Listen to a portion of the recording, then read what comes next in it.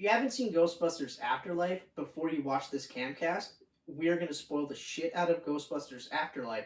So do not watch this camcast until you see Ghostbusters Afterlife.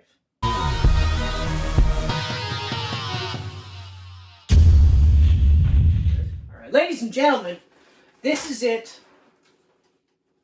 We saved the absolute best for last. Right there. Ghostbusters Afterlife. Mm-hmm. So, budget for this one, $75 million. Its current box office is $63.8 million. Apparently, it's been greenlit for a sequel already. It sounds like it. Have not heard official? Anything official. I thought you were saying it is. I haven't heard anything official, but Reitman's talking about it. Yeah. Personally, it's going to happen. I feel like it's going to happen. Yeah. Because, I mean, first of all, they gave it a $75 million budget. Mm-hmm. I mean, they kept it short. I mean, and it looks amazing for that budget. What was so in the opening weekend it made $44 million. The opening weekend for Ghostbusters Hear the Call was $46 million. So while that one made $2 million more than this one. Yeah.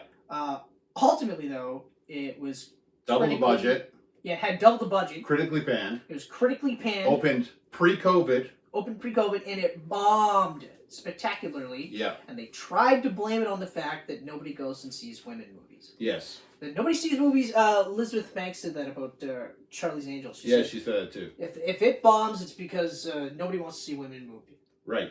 And I was like, no, that's not it. That's not true. Part of the problem is you flat out went. You said before the movie came out, for Charlie's Angels, before the movie came out, she said, if this bombs, it's because men don't want to see women in movies. Right. And she straight up said that right after Captain Marvel made $1 billion and Wonder Woman came damn close. So yeah. And I'm sitting there going like, well, okay. So Charlie's Angels wasn't terrible. I watched it. I thought Kristen Stewart was awesome throughout the whole movie. Mm-hmm. But the movie wasn't like, I mean, first of all, it was Charlie's Angels. Yeah. Okay. So it's not like the first two movies were cinematic masterpieces. Mm. Okay. Oh, they're not. They're just fun popcorn exactly flicks. And this should have been billed as a fun popcorn flick reboot of a classic TV show, which was a fun popcorn TV show. Mm-hmm. That's how it should have been billed. Yeah. Shouldn't have tried to been billed like this, all or nothing. Like, it's women or, fucking men suck type of thing. Yeah. That's what shot it in the foot. And that's kind of what shot Ghostbusters 2016 in the foot, too, where they were like, part of it was they went, it's going to be all women. And, no one was really thrilled about it. I'm not going to lie. I mean, there is the fans out there that are sexist dickheads. Yeah, it's okay. And I'm not going to lie either. It's not like I heard that they were gonna do the movie. At first they said, we're rebooting it, and it's all women. Mm-hmm. And I went, okay, all right. I never had a problem with that. Not exactly my first move. Yeah. I wouldn't have done a full-fledged female reboot. I started having a problem when they said Melissa McCarthy. But when they did cast Melissa McCarthy, and it was her husband. Hey, is it her husband? Paul Feig or whatever? I don't think they're married. No, she just works with him a lot. She works with him a lot, right. like in almost everything. But her husband does cameos. As soon as he was announced as a director, I was like, oh, she's in it. I know she's going to be in it. And when she was cast, I was like, fuck, because now we're going to get female Chris Farley. Mm-hmm. Which is unfair because Megan McCarthy is a good actress. Yeah. She's actually legit She's hilarious. a really good actress when she does dramatic roles. She's really good. She is really good. Really good. But when she does the whole Chris Farley thing, which she gets pigeonholed into doing. Yeah, but she doesn't have to take the roles. No. And she could have tried to make it so that her character didn't do that as much. Yeah. Okay. But the other part that really, I think, fucked them too is then they said it's a reboot. And then they said, no, it's not actually a reboot. It takes place after Ghostbusters 2, and, they're just inspired by them. Mm-hmm. So then I was like, okay. I was interested. I was like, I liked that. All right. And then right before it came out, I was like, just kidding, it's a reboot. It's a reboot. It's totally a reboot. Also, all the original guys are in here as different characters. Yeah, and you're not going to like them at all. Including Bill Murray as the guy trying to shut down the Ghostbusters. Which is kind of funny. It is kind of funny because that's how it was for years. It's kind of funny. Well, not even that. That's kind of funny in that sense, like in the meta sense. Yeah. But also in the fact that, like, he's now playing that William Ashmore character, where you're just like, oh yeah, no, fuck you. But then when you watch the movie and it's just like fucking Chris Hemsworth was one of the standouts in the movie, and all he was doing was just being funny. Yeah. You know? But everything about the movie, other than that, like, you know, and Kristen Wiig, I like Kristen Wiig. I love Kristen The cast in general, I do like the cast in general. But I mean, it was the first time I had seen the other two, Katie McKinnon. Well, I'm familiar with her from Saturday Night Live. See, I don't really watch SNL anymore, so, like, they were new for me. Yeah, but the problem is that it wasn't a Ghostbusters movie. Yeah. It was your standard fucking over-the-top bullshit comedy that also had Ghostbusters stuff in it. Mm-hmm. Whereas Ghostbusters is like an adult comedy horror. Yeah. Okay? Like, adult in the sense that as a kid you could watch scenes like, we talked about this when we did Ghostbusters our Camcast. Watch it on YouTube and SoundCloud and Google Podcasts, Apple Podcasts, Twitter, and Facebook and Instagram. Wow, look at that. Mid-episode shoutouts. He's on it. Oh, yeah. Oh, yeah. It also has Ghostbusters 2 in there, too, just in case you're wondering. But we talked about, like, there's the ghost blowjob scene. Mm-hmm. That when you're a kid, you don't know what the fuck's fuck's going on. It goes right over your head. Yeah, I don't You're just know. like, oh, is he just... Like, he's undoing his pants, but then, you know, it goes away, and you're just like, oh, okay, whatever. When you're an adult, or at least when you're older, you go, ho, ho, ho! Stan's got a blowy. Stan's got a blowy. How does a ghost blow? Very well. Like, did you see the look on his face? Yeah. He wasn't like, this ghost doesn't know what he's doing. Good thing it wasn't Muncher. Yeah, right. Or Slimer, let's be fair. You wouldn't want that all over. No, yeah. You know, like... All that ectoplasm, all up in my ectoplasm. Exactly. Yeah. But, like, it wasn't a Ghostbusters movie. I'm happy to say Ghostbusters Afterlife definitely feels like it's part of the canon. Oh, yeah. It's a perfect natural succession. So, of as I was originals. saying, box office 63.8 currently. It hasn't been greenlit for a sequel, but I would be surprised if they didn't do one. Director is Jason Reitman, son of Ivan Reitman, who wrote and directed the first one. Yep. Written by Gil Kennan and Jason Reitman. Big surprise. Starring, wow, I did this all backwards. Carrie Coon as Callie Spangler. Finn Wolfhard as Trevor Spangler. Standout of the movie, McKenna Grace as Phoebe Spangler. Paul Rudd. Paul Rudd. Gary Gruberson. Oh, right, yeah, he was Gary Gruberson, but it was really just Paul Rudd. He's Paul Rudd. And who could fault him? Yeah, I can fault that guy. Then we have one of the second standouts of the movie. Logan Kim is podcast. That is Correctamundo. That is it. Correctamundo. All right, we've got Celeste O'Connor, who plays Lucky Domingo. It's just a local girl that Trevor Spangler has the hots for. And she may or may not have a boyfriend. They didn't actually confirm it even at the end. Oh, no, I think they did. Yeah, they confirmed it at the end. Sheriff Domingo, played by Bokeem Woodbine, which blew me away. I was like, oh, fuck, I can't believe he's in this movie. Bokeem! Pointless casting, even though I love this guy. Pointless casting. J.K. Simmons as Ivo Shandor. Yeah, I heard that was just because he's in everything Jason Reitman does. Okay. But the other part that actually, like... So, the Ivan Shandor stuff, they mention it briefly. Like, you know, they... that he's, like, the first of the long line of people obsessed with Gozar. But at one point, Phoebe mentions the first Ghostbuster. And I thought she thought she was saying that Ivo was the first Ghostbuster. Which kind of fucked me up. Did she say that? I could have swore she said that, but anyway, I might have just... I will be rewatching it. Might have just heard wrong. Okay, so then we've got Muncher, played by Josh Gad. Yeah. Figure this one out, eh? He goes credited for Muncher, but Olivia Wilde goes uncredited. Why did you say that? I was building to that. I didn't say who she's playing it. Well, good, because she is in the movie. Anyway, we have... Now, this is where it gets interesting. We have Ernie Hudson. Yeah. We have Dan Aykroyd. Mm-hmm. We have Bill Murray. Yeah. All reprising their original roles from the original movies, and they played it seriously. There was no bullshit. That's right. Dr. Peter Venkman, Dr. Ray Stantz, and Winston Zeddemore return as the original Ghostbusters, and we also get Annie Potts returning as Janine Melnitz, but probably the most, well, not... And Sigourney Weaver. Oh yeah, I forgot about Sigourney Weaver. Sigourney Weaver, and... As Dana Barrett. As Dana Barrett, but on IMDb, she's Dana Barrett Bankman. Oh, well, it makes sense the way they were flirting. Yeah, I was like, but could they be friends? But now... Nice to know they're together. It is a bit of a spoiler because we got to see at least one of the demon dogs in the trailer. Yes.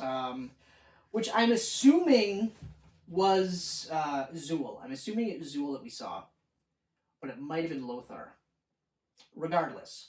Yeah. We got the return of Gozer, the Gozerian, the Destructor, the Destroyer. I did this before on our previous Camcast, which is why I'm loving this part. Yeah. Volgus Zildrohar, Lord of the Selbulia, Scourge of the Glestaments, and Traveler. Played uncredited by Olivia Wilde.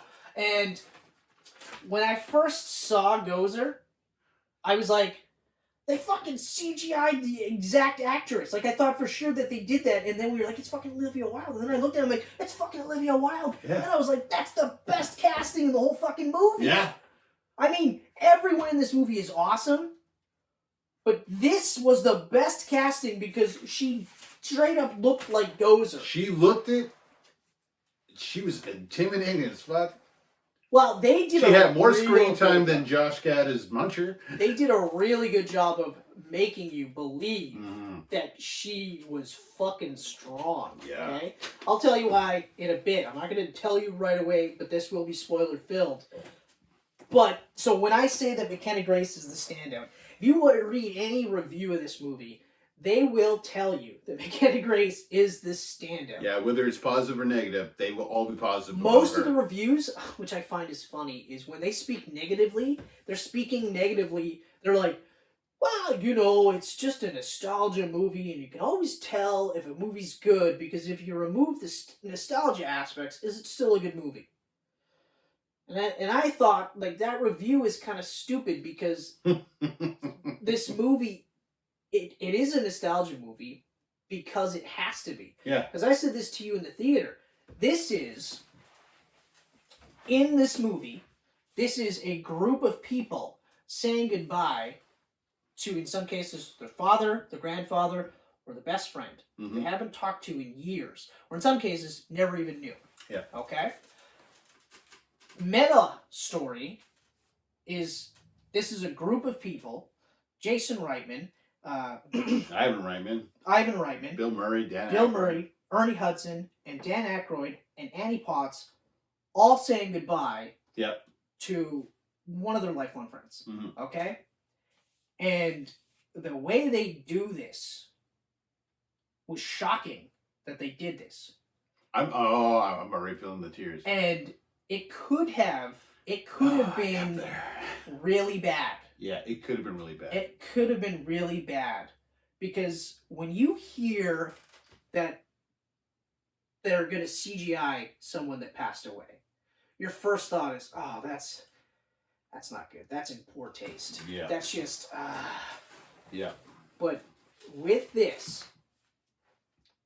they did it so fucking well. Like, they did it so well. I said to you again in the theater, I said, you know, and I kind of said this when we were talking about Ghostbusters 2016. With Ghostbusters 2016, they were like, it's a Ghostbusters movie, and they just did their own fucking movie, and they said it was a Ghostbusters movie. But they treated it like it was a joke. Ghostbusters Afterlife, there's a reverence to it. They don't look at the first movie. They talk about it. They talk about what happened in New York. And they say, these four guys, they saved the world. And they say that. And they say, my grandfather saved the world. And they don't treat it like it's a joke. In fact, while this movie is fucking hilarious, I was laughing almost the entire movie. Oh man, Phoebe's jokes are the best in the world. Phoebe's jokes are great, They're but the podcast was killing me the entire time. Podcast is so funny. I can't watch a movie with Paul Rudd in it without laughing. Yeah. Okay? I really can't. But even when the original guy showed up, I was fucking laughing. Because it was fucking hilarious. Mm-hmm. But it was still them. They were still playing these characters. Yeah. You know? Like, Bill Murray plays Bill Murray in every one of his movies. Yeah. But he was playing Peter Venkman. He wasn't playing Bill Murray as Peter Venkman. You know? But there was a reverence. There was a respect. You could have easily had Paul Rudd's, Gary Gruberson's fanboy character as a joke. Like, he was just, he's like, oh. But he was, like, in awe. He was like, that's a real trap. Mm-hmm. You know, that's a real proton pack, you know? So, when you see, and this is a fat spoiler, when you see CGI Harold Ramis, Egon Spengler, fucking helping Phoebe Spengler hold the fucking proton accelerator to take down Gozer. Because here's the thing. The new crew is fighting Gozer and they're losing. And then the original guys show up to help them. And it's the three of them. And they cross streams immediately. And then Gozer splits the streams back. And it's only when Egon, as Spirit Egon, is helping Phoebe that they are able to 4 streams cross and destroy Gozer. Hopefully for good. Mm-hmm. And like I said, this is the kind of scene it could have gone either way.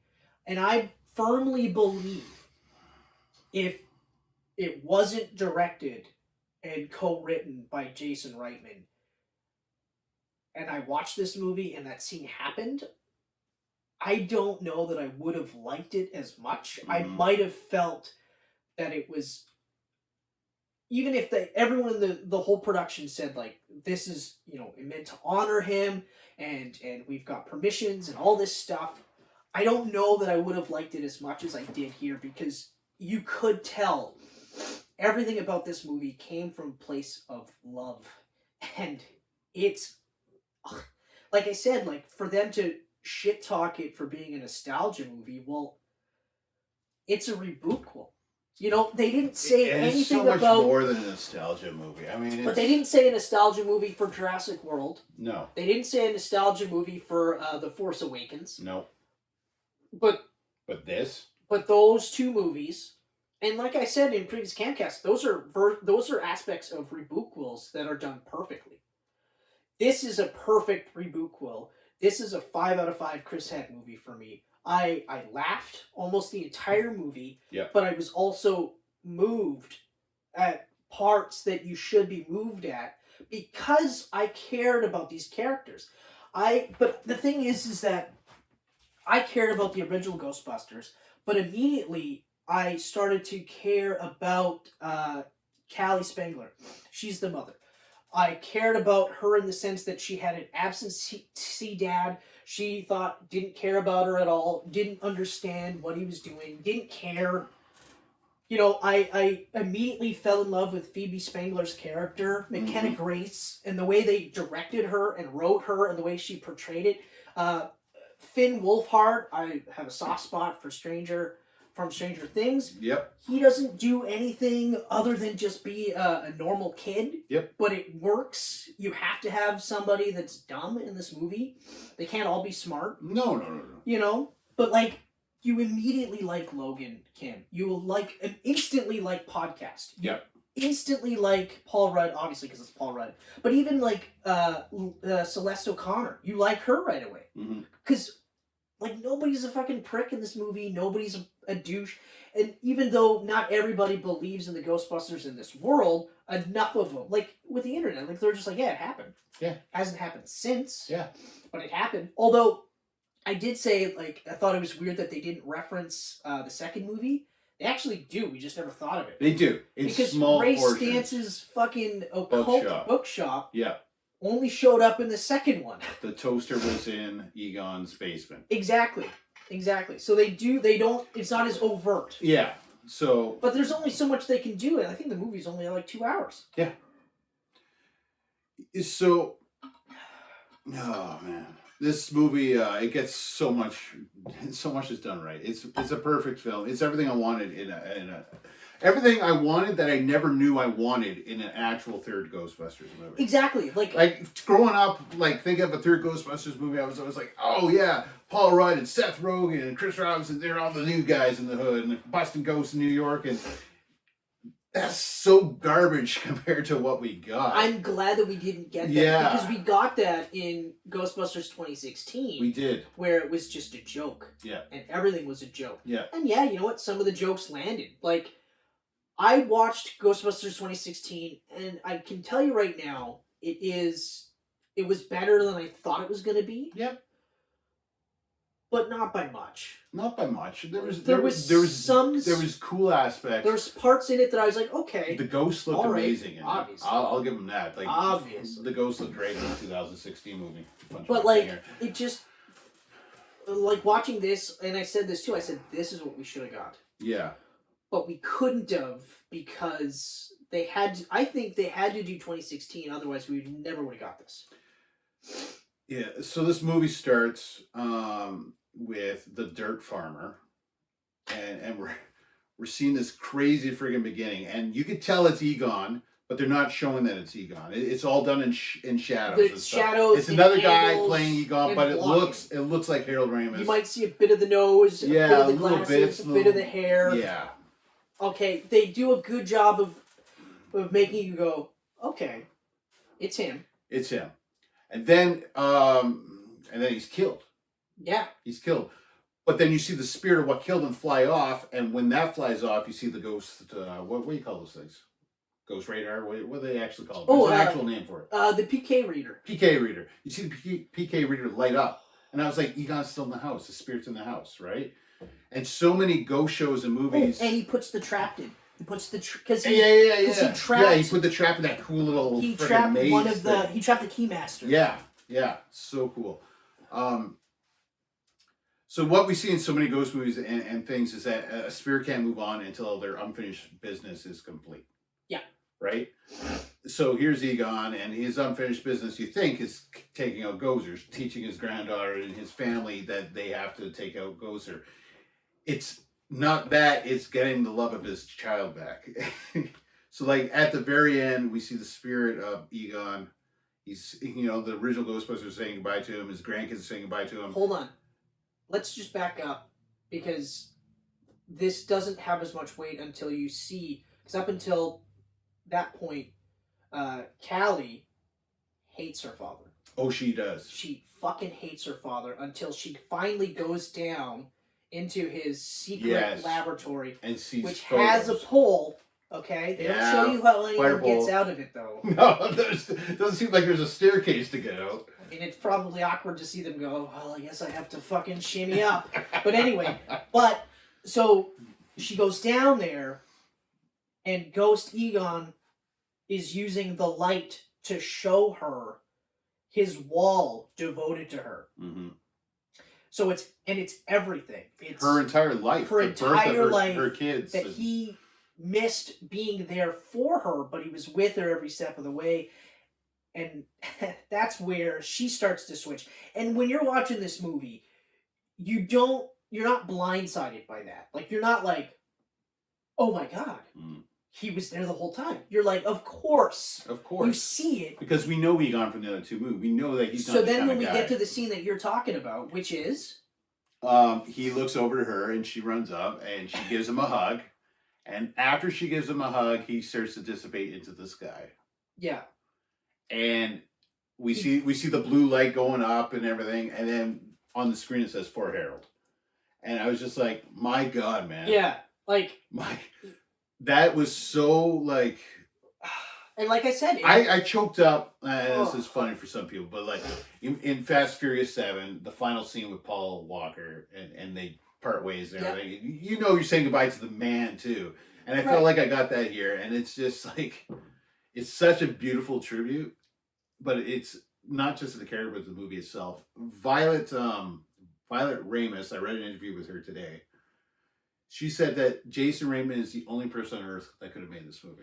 Because he was the bridge between the modern age and the originals. And not only that, like he said himself, like he grew up with these guys. Yeah. Like he was on set. He was on set with these guys, growing up with them. Like, so, I mean, like he actually said, like he and Violet were on set together. Yeah. You know, they went to try on the original Proton. He was writing the sequel, like he was writing this movie with his dad side by side. Like he was just like, "Fuck, and then his dad's like, Mm-hmm. So like he got approval by both Harold Ramis's daughter Violet, like you mentioned, and also by Ivan Reitman, like who again, like if these people didn't say yes, we wouldn't have got this movie. Yeah. But they wouldn't have said yes if this wasn't the movie that we got. Right. You know, like Ivan might have for his son.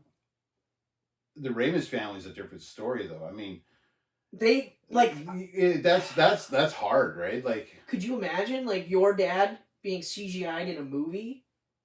She said when she watched it though, she never saw her father. She saw Egon, and she thought that was beautiful. Which is another reason why I feel like it's so tasteful. It's so tasteful. But it's like so tasteful. And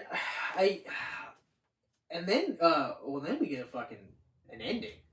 Yeah. Like a stinger ending. 2.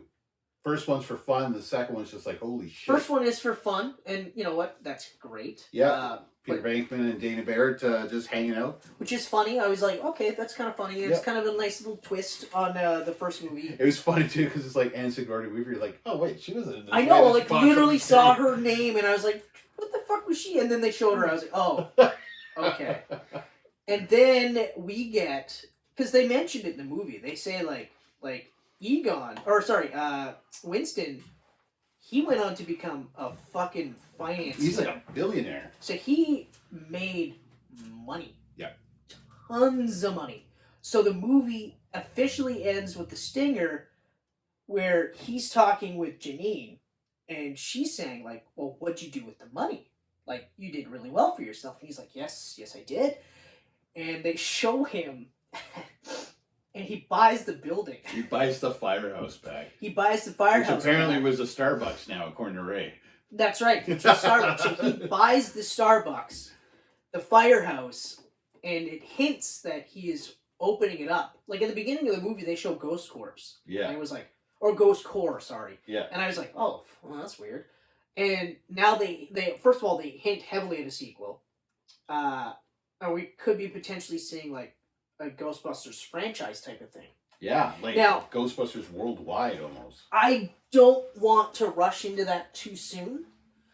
I would like to see the sequel back in New York, and I'd like to see Phoebe Spangler there. I'd like to see Trevor Spangler there.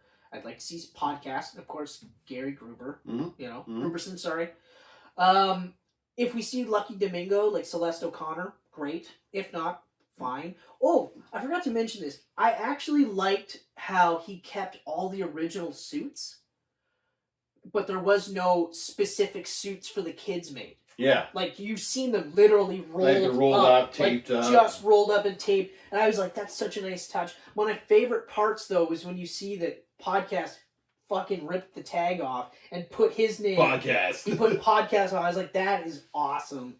But, oh, speaking of podcast quickly. When Ray Stan shows up, he goes, oh, you're my subscriber. You're my subscriber. One subscriber. It's Ray Stan. And then he says, he's like, well, the show really found its voice in episode 48. And that's like one of the first things Podcast said in the whole fucking movie. Like, I can't wait to own this movie. I really can't wait to own this movie. I can't wait to rewatch this movie. My rankings obviously now it's Ghostbusters Afterlife, and then it's Ghostbusters 2, and then that's it. I will never count Ghostbusters 2016. Mm. Because like I said, I don't think it's a Ghostbusters movie. I know it's a Ghostbusters movie in name only. Yeah. But they didn't know what they were doing, and it was heartbreaking to see that. If it was an all-woman reboot that was similar to this, where it was like, it was a funny, there was like jump scares in this. Oh yeah. You know? Like this was done right. Oh, so good. The only thing, like, and I mentioned this with J.K. Simmons, was it was such a quick in and out thing that it was like, he didn't have to be in the movie. Yeah. In fact, I didn't know it was J.K. Simmons until he got up. Yeah. And then goes and ripped him in half. Yeah. And I was just like, holy shit. I was like, whoa, that's crazy. Because I think he was like, we're going to rule together or something like that. And she just like ripped him in half. And they showed him getting split down the middle. I was like, whoa. But like other than that, like, okay, fine, he's in every, and yeah, I think because he was in Juno. Yeah, he's in all so of if he's in all of it, and that's all well and good, and okay, and fair credit, he wasn't in a role where he's overshadowing anything. Mm-hmm. So I'll give him credit for that. But even like Joaquin Woodbine, like, I wouldn't be surprised if he was in the movie because he's a Ghostbusters fan. Yeah, you know? really, honestly, I don't. Unless he's really here for work, but I don't think so. No, he's a fucking good actor. He's a really good actor. Like, really good. Fargo. It's so strange that he never like hit that stride that so many guys from the '90s hit, or early 2000s. Not so much '90s. Yeah, but I mean, he was a good actor. There's something to be said for being consistent, though. Yeah. Because there's some people that hit their stride that you almost hear nothing about it. Like, look at Clive Owens. Yeah. In everything and then in nothing. Or at least nothing that we see now. Yeah. You know, and phenomenal actor. Such a great actor. Like, that's a guy that they talked about for Bond. That's the guy that I wanted Bond. I would have loved him as Bond. Yeah. But then again, I was expecting a Pierce Brosnan. I don't want to say Roger Moore, but Roger Moore, Pierce Brosnan's Bonds are both very similar. What was the comedy that he popped up in, and then his role was like a Bond role, and it was for one scene. Oh fuck! I don't know. Oh man, I gotta look at that now. It was straight up Bond, like. I did like Jude Law's Bond version in Spy, but I also thought like Spy is a Megan McCarthy movie that I think is one of her best in terms of comedies. I think it's one of her best. It's also Jason Statham in the funniest fucking role I've ever seen. Jason Statham was freaking hilarious in that. Anyway, getting back to Ghostbusters Afterlife. Even though we spoiled the shit out of this movie, if you haven't seen this movie and you're a Ghostbusters fan, watch this movie. Just watch this movie. I mean, you know, Ken and I, we got a little choked up about it, but this is a movie that I grew up with. This movie, Ghostbusters, is like my childhood. And when I watch that movie, I love that movie so much. Like, I've just recently rewatched that movie, and for no other reason. It had nothing to do with Ghostbusters Afterlife. It's just, I love that movie. It's one of my favorite movies of all time. And to see a movie like this come out in my lifetime, that I get to go, oh my god, fuck. And we are potentially going to get another movie, at least one more, fingers crossed, is incredible. Like, it's I can't get over this. And I mean, fuck. Like, I'm not surprised by this either. Gil Keane being the co-writer. Gil Keane is the guy that wrote and directed Monster House, which is one of my favorite cartoons of all time. Oh! Those kids in there were friggin' amazing. So I'm not surprised that the kids in this were as awesome as they were. Nice. Yeah. But, like, it is a movie for kids, but it's also it is a movie for fans of the original. Yeah. Oh yeah, for sure. If you like the first two Ghostbusters, you will love this movie. Yep. And I feel like this was the perfect movie to end our 3-part Camcast on, because, I mean, we started it off on quite a low point, and Shang-Chi brought it up, but this is the movie that brought it, like, out for me. Like, I originally took my weekend, like my full week vacation, my last week vacation, I took it off on my birthday week last week, because at the time, Friday would have been the release of Mission Impossible 7. Yeah. And I was like, oh fuck, like, oh fuck, and then it got bumped to March of next year. Yeah. Which, whatever, fine. Mm-hmm. But, like, and seeing this movie, like, the trailers and stuff, it looked great. It looked absolutely great. And I knew that Reitman was involved in it, but I didn't delve as deeply into this before it came out because I really didn't want to be disappointed. And then for this to be, like, my birthday movie, and for it to be so good, like I said, I can't wait to own it. I can't wait to rewatch it. It's so good. I'm almost tempted to watch it in the theater again because it was so good. Same here. Same here. Especially because then I could say we really helped it get a sequel. Yeah. Yeah. You know, but we gave that movie $24, not $12. That's right. Ugh. But fuck. Yep. If there's any way, Ken, for you to splice me saying this before the movie, if you haven't watched Ghostbusters, we're spoiling the shit out of it, so go watch Ghostbusters. If you could put that before, that'd be great. Okay. That's why I did it like that. Yeah, nice. That's an easy cut, right? Yeah. Ghostbusters or Ghostbusters Afterlife? Fuck, man. Okay. If you haven't seen Ghostbusters Afterlife before you watch this camcast, we're going to spoil the shit out of Ghostbusters Afterlife, so do not watch this camcast until you see Ghostbusters Afterlife. Yeah, I can splice that in. Okay. I like that. Okay. Yeah, we'll do that one. Okay. That one right there. I don't really have anything else to say. I gotta say, perfect movie. Perfect movie. I said it when I keep flip flopping between this and Godzilla vs Kong for my favorite of the year because This one's my favorite. I'm a giant monster lover, but this one's my favorite of the I year. think it's this one. I think it's this one.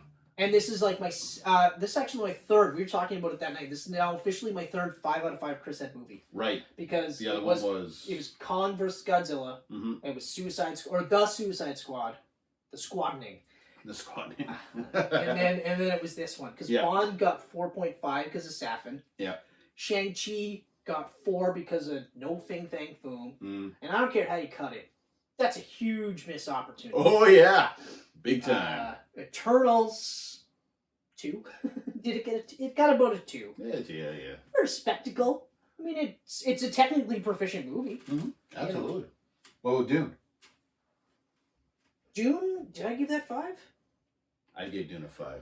I don't think I gave it a 5 because of the replayability. Mm-hmm. I gave it 4.5. That's right, 4.5 Chris Heads. If I remember correctly, 4.5 Chris Heads because you have to prepare yourself to rewatch this movie. Yeah.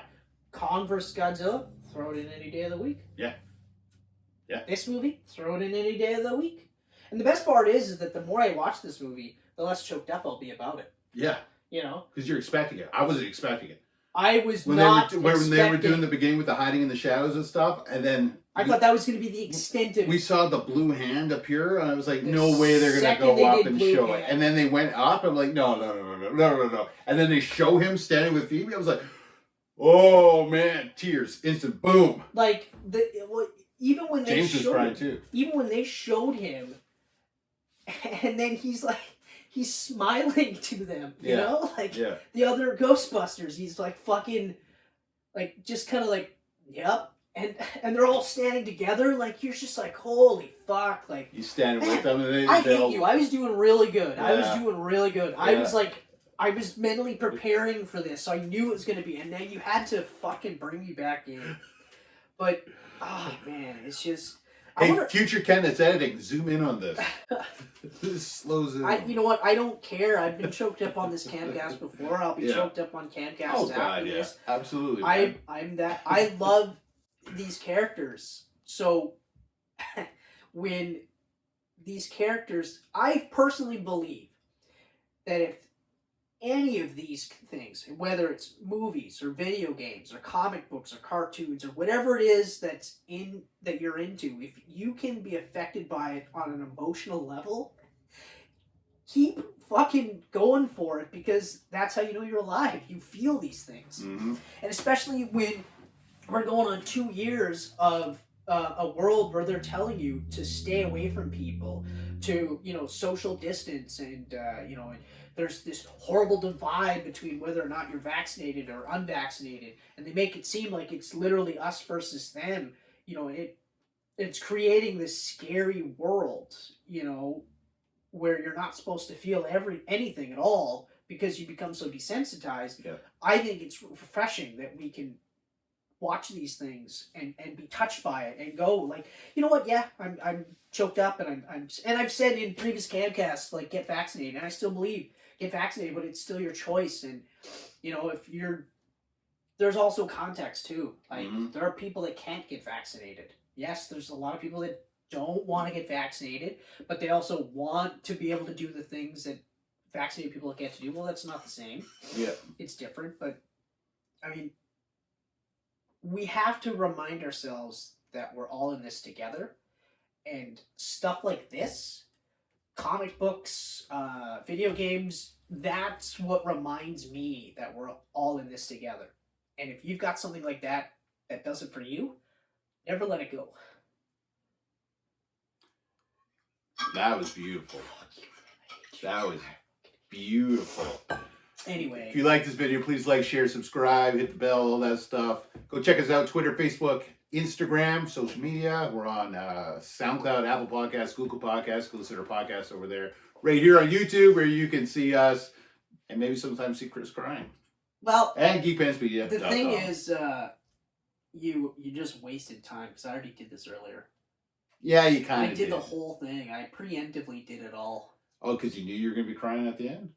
I had a feeling, but no, I just, it seemed to flow, so I just went with it. But I was doing so good. You really were. I got good. Like a you little, really do good. Little choke. You did a little. I got a little bit of the. I got a little bit of this. I held it back. Your friggin' beautiful speech at the end there got me going. I was like, oh my god. But it's true though. Like this guy for Prime Minister. Really? Like think about it. Yeah. You still watch it and you still live and breathe this stuff because it makes you feel. Yeah. You know, it makes you feel like you can be better than you are. I would have been nearly 40 with a room this kiddish if it didn't make me happy. You know, like... Look at this shit. Look, I got my little fucking stuffed animal of Sackboy here. Fucking 40-year-old men shouldn't have this. I wouldn't be in the mental frame that I am to this day if it wasn't for this stuff. Yeah. You know, if it wasn't for, you know, the escapism because life was so dark, but it shows me that life can be beautiful, you know? So, and also, just thank you guys. You guys sticking around for every one of these camcasts is awesome. Even though some of the ones that we don't think are going to do well do amazing. Yeah. It's always fun. I'm still trying to figure out this whole thing. Algorithms. I looked at the time and the date that I uploaded that one that blew up last time, and I'm going to put these up on those days and times. Let's see what happens.